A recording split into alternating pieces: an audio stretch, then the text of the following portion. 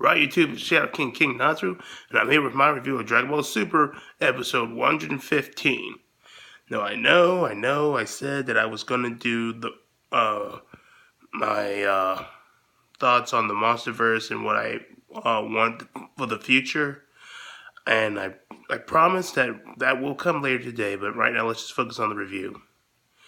So, continue where we left off with Kefla.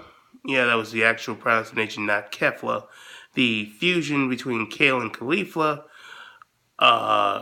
continued to ragdoll Super Saiyan God Goku, which I repeat that he should not be in that form because that was only supposed to be a one-time thing.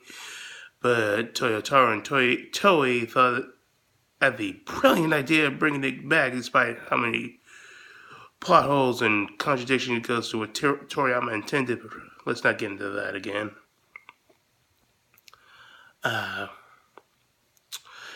And while this is happening, Beerus is upset because he feels that Potara Fusion is cheating, and Champa just says that if it bugs you so much, why don't you just use Fusion? And Beerus says he's not going to be a cheat like his brother Champa, but it turns out the Omni Kings like Fusion, so they made it legal. And then Beerus decides that he's going to try to use Fusion, with Supreme Kai suggesting that they have Android 17 and 18 fuse. I'd rather not have them not fuse because that's going to cause some gender issues. Not to mention bring about the SJWs saying that, oh, how dare you try to identify this new android with its gender? And all that stupid stuff. Not to mention there's the better opportunity of just having Goku and Vegeta fuse. But Whis puts it into that situation by saying that if they fuse two of their people, they're going to lose the advantage of having the most fighters. And Beerus isn't willing to risk that. So yeah, that's just smart. So maybe they're hinting that we won't get fusion now, but maybe we'll see a fusion later between Goku and Vegeta into Vegeta again. Or either that, or we'll stick with Goku having his rematch with Jiren using Ultra Instinct. Meanwhile, the other universes also decline using fusion because they feel they don't need it. Specifically more Universe 3 and 4. Universe 2, however, is willing to do fusion, and they use it with the two characters' names I forget. I think one was Zambora or whatever, and Radpiter. I don't remember their names. It was basically the guy who looks like an orange goblin, and the other guy who apparently is a Tuffle, which previously was not a canon race, but I guess they decided to change that.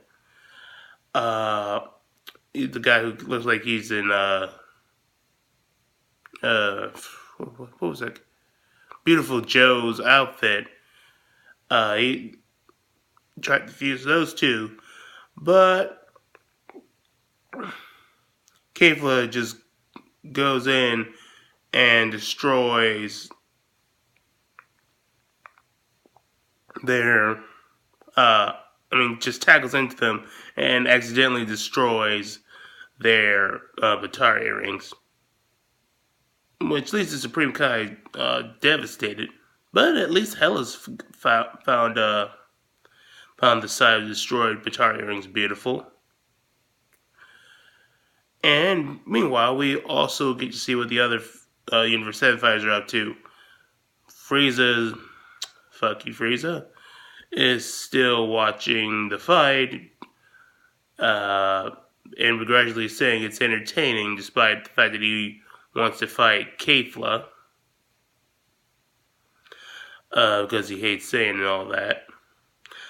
um, Gohan and Piccolo are still dealing with those Universe 6 Namekians, and doing moderately well as Gohan was able to uh, sever one of their arms before they regenerated. Vegeta is fighting Toppo, and sensing Kefla's energy, he let his guard down for long enough for Toppo to catch him in a bear hug. Now that must be a really big blow to all the Vegeta fanboys, especially the ones that complain that Goku constantly let his guard down. Especially, I know a certain someone, Master X. But that is pretty funny. And then we cut to Android 18, who apparently has a bruise on her ankle. I'm not sure when she got that. And then she's caught by that robot guy from Universe 3 that's able to change modes, kind of like a Ultraman. And he prepares to fight her, and she's about to win, but Android 17 catches her and tries to not too polite to hit a lady.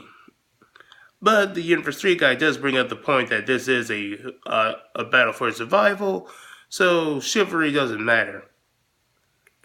I also would like to add to the fact that you could also hit a woman if they hit you first. That's just plain self-defense and true equality. I don't care what you guys say. That is true, genuine equality, and you have the right to defend yourself.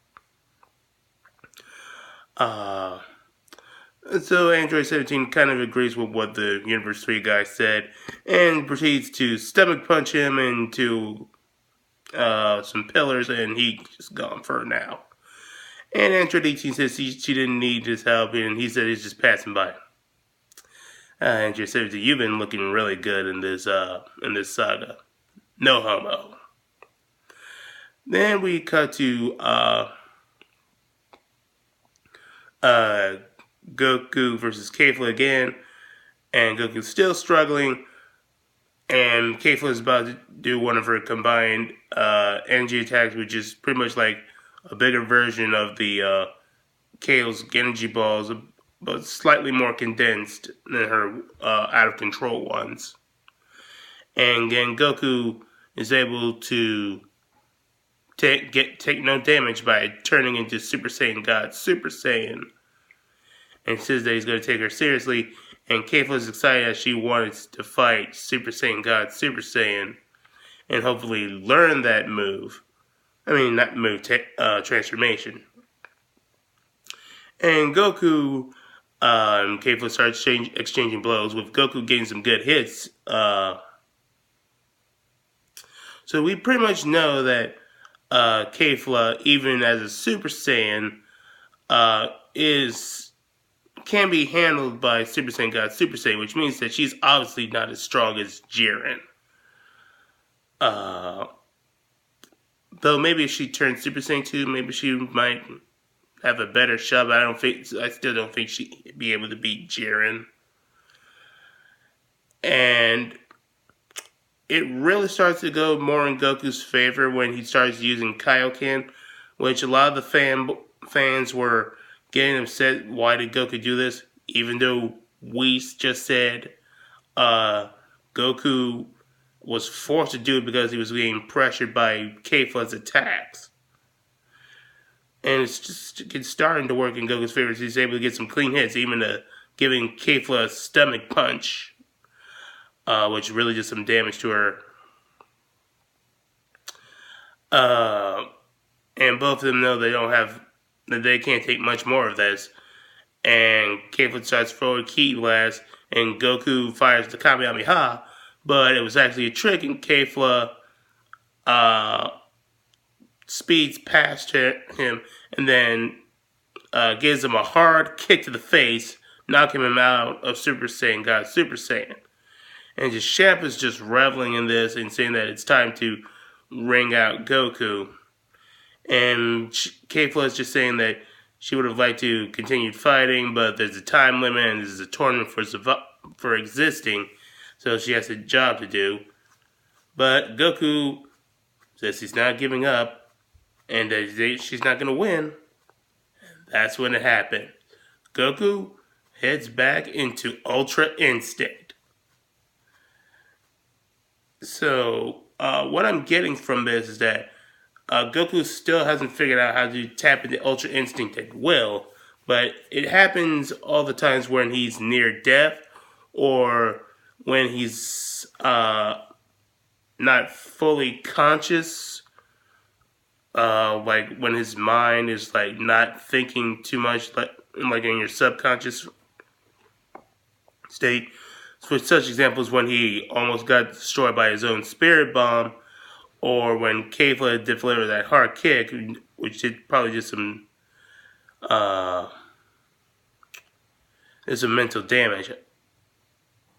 Maybe that's not the right phrase, but you get what I'm saying. And Kefla is just baffled, dumbfounded by how effective Ultra Instinct is against her attacks, being able to easily deflect them and easily dodge them, and she really hates how Ultra Instinct Goku was making her look bad. And based on the previews, it doesn't get much better for her. So yeah, I think this is pretty much over for Kefla. All in all, this was a pretty good episode. We got to see just how powerful Kefla is as a fusion. So the gods contemplate using fusion to their advantage and giving their opinions on it. We got to see what the rest of the Z fighters were up to. We even got to see Jiren actually react to Goku and Kefla's battle, so he's getting more and more intrigued by specifically towards Goku. And once he realizes Goku is back in Ultra Instinct, he's definitely going to wake up, especially since the preview shows that, which means that he's going to have to consider Goku as a threat and probably have to deal with him at some point. So yes, those are my thoughts on episode 115. I'll be back later with my thoughts on the Monsterverse and what my hopes are for the future. I'll catch you guys later.